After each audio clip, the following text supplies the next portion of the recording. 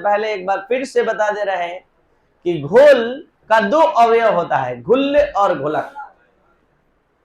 उसी तरह कोलाइडी विलयन का भी दो घटक होता है, एक प्रक्षिप्त अवस्था और एक प्रक्षेपण माध्यम। जिस तरह घुल्ल के संपर्क में आने से घोलक घोल का निर्माण करता है, वही स्थिति कोलाइडी विलयन में प्रक्षिप्त अवस्था और परिक्षेपण माध्यम का है। तो प्रक्षिप्त अवस्था जब भी हम बोले, आप सभी स्टूडेंट अपने माइंड में घुल्ले का विचार लाइए, और परिक्षेपण माध्यम जब भी बोले घोलक। तो आज के क्लास में जो कोलाइडी विलयन का वर्गीकरण पढ़ना है, वो प्रक्षिप्त अवस्था और परिक्षेपण माध्यम के कणों के मध्य आकर्षण के आधार पर है। और पिछले क्लास में, पिछले लेक्चर में जो आप पढ़े, वो प्रक्षिप्त अवस्था और परिक्षेपण माध्यम के भौतिक अवस्था के आधार पर कोलाइडी विलयन 9 प्रकार, 9 नहीं बल्कि 8 प्रकार के होते हैं। 9 प्रकार का क्यों नहीं होता है बताए थे कि गैस प्रकार का कोलाइडी विलयन नहीं बनता है, क्योंकि वो एक समांगी विलयन होता है, और कोलाइडी विलयन क्या होता है? विषमांगी। तो आज प्रक्षिप्त अवस्था और परिक्षेपण माध्यम के कणों के मध्य आकर्षण के आधार पर कोलाइडी विलयन जो होता है 2 प्रकार का होता है, एक द्रव स्नेही कोलाइड और एक द्रव विरोधी कोलाइड। द्रव स्नेही लायोफिलिक कोलाइड और लायोफोबिक कोलाइड। द्रव स्नेही कोलाइड का क्या अर्थ है कि जब परिक्षिप्त अवस्था और परिक्षेपण माध्यम एक दूसरे के संपर्क में आएगा, तो संपर्क में आते ही शीघ्रता से कोलाइड बना देगा। जैसे चीनी पानी संपर्क में आता है, तुरंत चीनी पानी का घोल पूरा चीनी मिक्स हो जाता है, पता नहीं चलता है। तो जब परिक्षिप्त अवस्था और परिक्षेपण माध्यम एक दूसरे के कांटेक्ट में आए, हमको अलग से कोई विधि ना अपनाना पड़े और तुरंत कोलाइडी विलयन बना ले, तो उसको कहते हैं द्रव स्नेही कोलाइड। यानी प्रक्षिप्त अवस्था और परिक्षेपण माध्यम के कणों के बीच बहुत जबरदस्त आकर्षण हो, तो वो द्रव स्नेही कोलाइड कहलाता है। इसके जस्ट विपरीत, अगर हम प्रक्षिप्त अवस्था और परिक्षेपण माध्यम के कण को एक दूसरे के संपर्क में लाते हैं, लाने के बाद भी, संपर्क में आने के बाद भी वो कोलाइडी विलयन नहीं बनाता है। हमको अब स्पेशल मेथड इस्तेमाल करना पड़ता है, तब जाकर वो कोलाइडी विलयन विशेष विधि से बनता है। तो उसको कहते हैं द्रव विरोधी कोलाइड। यहां द्रव विरोधी शब्द इसलिए आया क्योंकि प्रक्षिप्त अवस्था और परिक्षेपण माध्यम एक दूसरे के कांटेक्ट में आते ही, संपर्क में आते ही कोलाइडी विलयन नहीं बनाता है, और प्रक्षिप्त अवस्था परिक्षेपण माध्यम के बीच आकर्षण रखता ही नहीं है। हमको उसको विशेष मेथड से, स्पेशल मेथड से कोलाइडी विलयन बनाना पड़ता है, दोनों को मिलाकर। तो द्रव विरोधी कोलाइड और द्रव स्नेही कोलाइड में सबसे पहला और मुख्य अंतर यही है कि ये प्रक्षिप्त अवस्था और परिक्षेपण माध्यम के कण एक दूसरे के प्रति आकर्षण रखते हैं द्रव स्नेही कोलाइड में, और द्रव विरोधी कोलाइड में आकर्षण ये अस्थायी प्रकृति के होते हैं और ये अस्थायी। इन द्रव स्नेही कोलाइड उदासीन कोलाइड होते हैं, इस पर कोई आवेश नहीं होता है, और ये आवेशित कोलाइड होते हैं, ये उत्क्रमणीय प्रकृति के होते हैं। मतलब एक बार कोलाइड बन गया, मतलब अवक्षेपित हो गया, कोलाइड को अगर अवक्षेपित करा दिए तो अवक्षेप से पुनः कोलाइड प्राप्त कर, यानी कहने का मतलब इसको कोलाइड से अवक्षेप, अवक्षेप से कोलाइड, दोनों में एक दूसरे में रूपांतरित कर सकते हैं। और एक बार इसमें विद्युत अपघट्य मिला दिए, अवक्षेपित हो गया, तो पुनः कोलाइड नहीं प्राप्त हो सकता है। तो ये है द्रव विरोधी कोलाइड और द्रव स्नेही कोलाइड का मुख्य अंतर। इसके बाद ये जो होता है, अगर इसमें परिक्षेपण माध्यम, अगर जल के रूप में परिक्षेपण माध्यम लिया जाए, तो इसका नाम बदलकर द्रव स्नेही कोलाइड से जल स्नेही कोलाइड, यानी परिक्षेपण माध्यम और परिक्षिप्त अवस्था के मिलने से कोलाइडी विलयन बनता है। अगर परिक्षेपण माध्यम जल लीजिएगा तो इसका नाम क्या होगा? जल स्नेही कोलाइड। और उसी तरह इसमें अगर परिक्षेपण माध्यम जल लीजिएगा तो जल विरोधी कोलाइड कहलाएगा। तो ये था आपका मुख्य अंतर। अब इसमें जो मुख्य एग्जाम्पल है वो है स्टार्च, प्रोटीन, रबर। 3 मुख्य एग्जाम्पल है इसके द्रव स्नेही कोलाइड के, और द्रव विरोधी कोलाइड के एग्जाम्पल है LOH का होल थ्राइस और FeOH का होल थ्राइस। तो ये जो टॉपिक, ये जो वर्गीकरण का आधार है, मूल आधार, ये प्रक्षिप्त प्रवस्था और परिक्षेपण माध्यम के कणों के बीच इंटरेक्शन के आधार पर है, यानी classification of colloids on the basis of interaction between DP and DM, यानी डिस्पर्स फेज और डिस्पर्सन मीडियम प्रक्षिप्त प्रवस्था और परिक्षेपण माध्यम के कणों के मध्य आकर्षण के आधार पर ये दो प्रकार का होता है, द्रव स्नेही कोलाइड और द्रव विरोधी कोलाइड। समाप्त होते होते बहुत सारा ऑब्जेक्टिव क्वेश्चन का आंसर आपके माइंड में जा चुका है। जैसे फर्स्ट क्वेश्चन, द्रव स्नेही कोलाइड होते हैं, अस्थायी होते हैं, अस्थायी होते हैं, दोनों होते हैं। द्रव विरोधी कोलाइड अस्थायी होते हैं। ठीक है, अगर मान लीजिए एग्जांपल आ गया इस तरह से कि LOH का होल थ्राइस है, द्रव स्नेही कोलाइड, द्रव विरोधी कोलाइड। स्टार्च द्रव विरोधी कोलाइड है, द्रव विरोधी, तो द्रव स्नेही कोलाइड है स्टार्च। इसके बाद मतलब ये पूछ दिया कि द्रव स्नेही कोलाइड उत्क्रमणीय प्रकृति के होते हैं कि अनुत्क्रमणीय? उत्क्रमणीय। और द्रव विरोधी कोलाइड क्या होता है? तो इस तरह से बहुत सारा कॉन्सेप्ट आप अपने माइंड में इसका मेन पॉइंट रख सकते हैं। इसमें मेन पॉइंट यही है कि इसमें डीपीडीएम के बीच आकर्षण होता है। डीपीडीएम मतलब समझ रहे हैं, प्रक्षिप्त प्रवस्था और परिक्षेपण माध्यम, और इसमें डीपीडीएम के बीच आकर्षण। अब हम बात करते हैं एक बार फिर से तीसरे क्लासिफिकेशन का। पहला क्लासिफिकेशन था कोलाइड का प्रक्षिप्त प्रवस्था और परिक्षेपण माध्यम के भौतिक अवस्था के आधार पर, दूसरा प्रक्षिप्त प्रवस्था और परिक्षेपण माध्यम के बीच आकर्षण के आधार पर।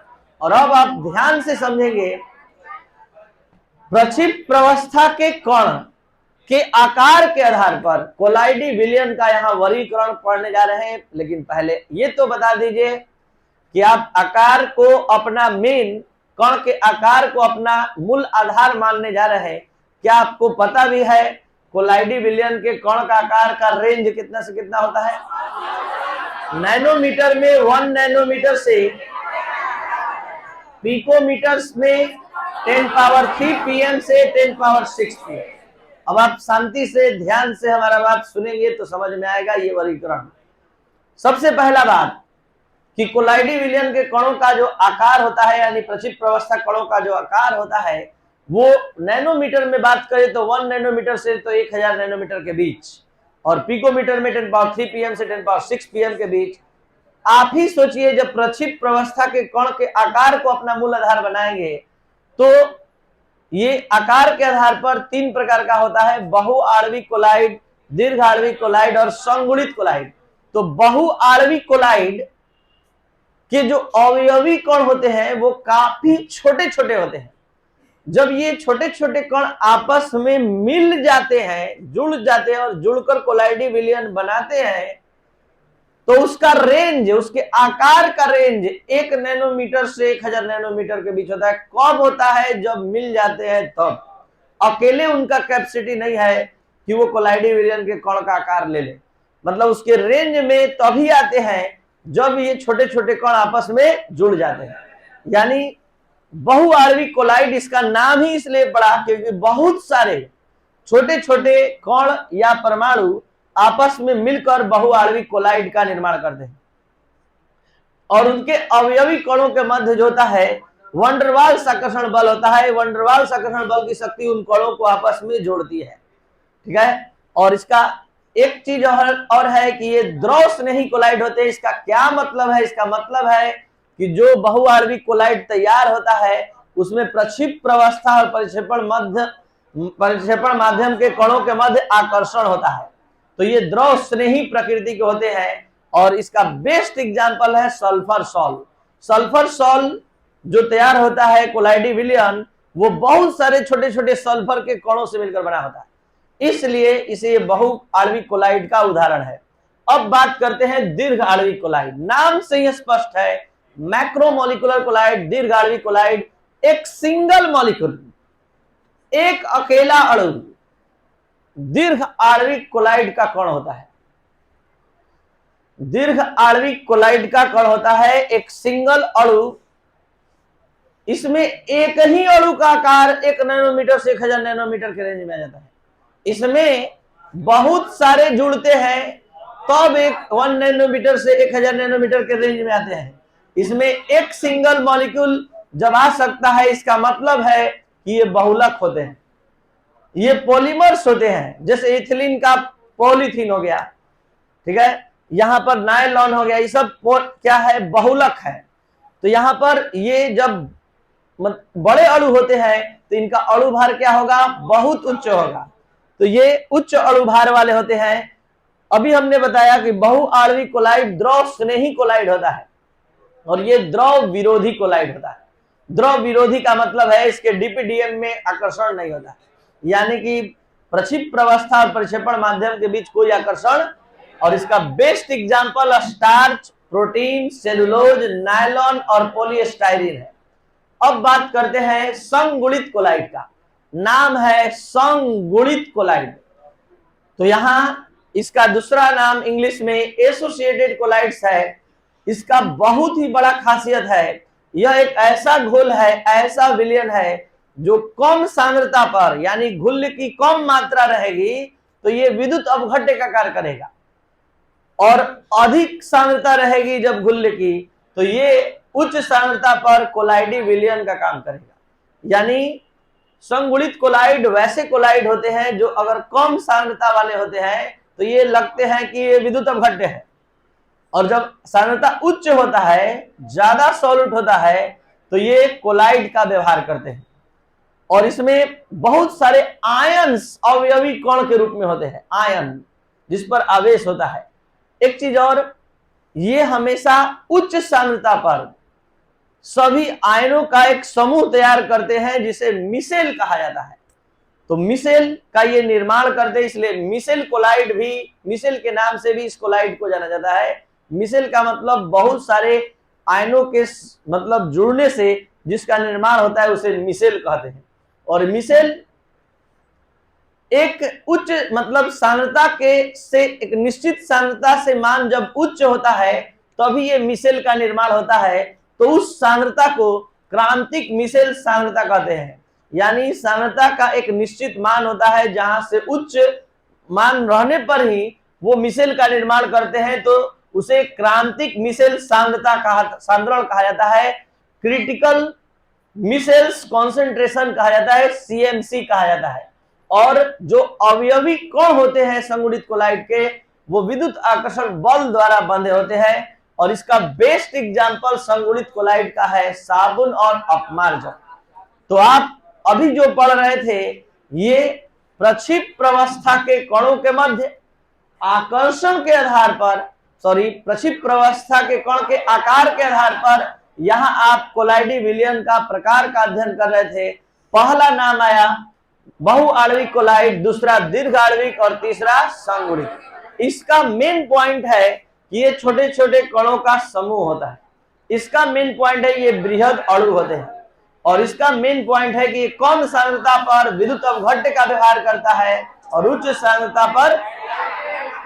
अब जरा सा बहुत सारा ऑब्जेक्टिव क्वेश्चन इसमें कैसे बना है, कैसे निकाला गया है, बताइए वो कौन सा कोलाइड है जो मिसेल का निर्माण करता है?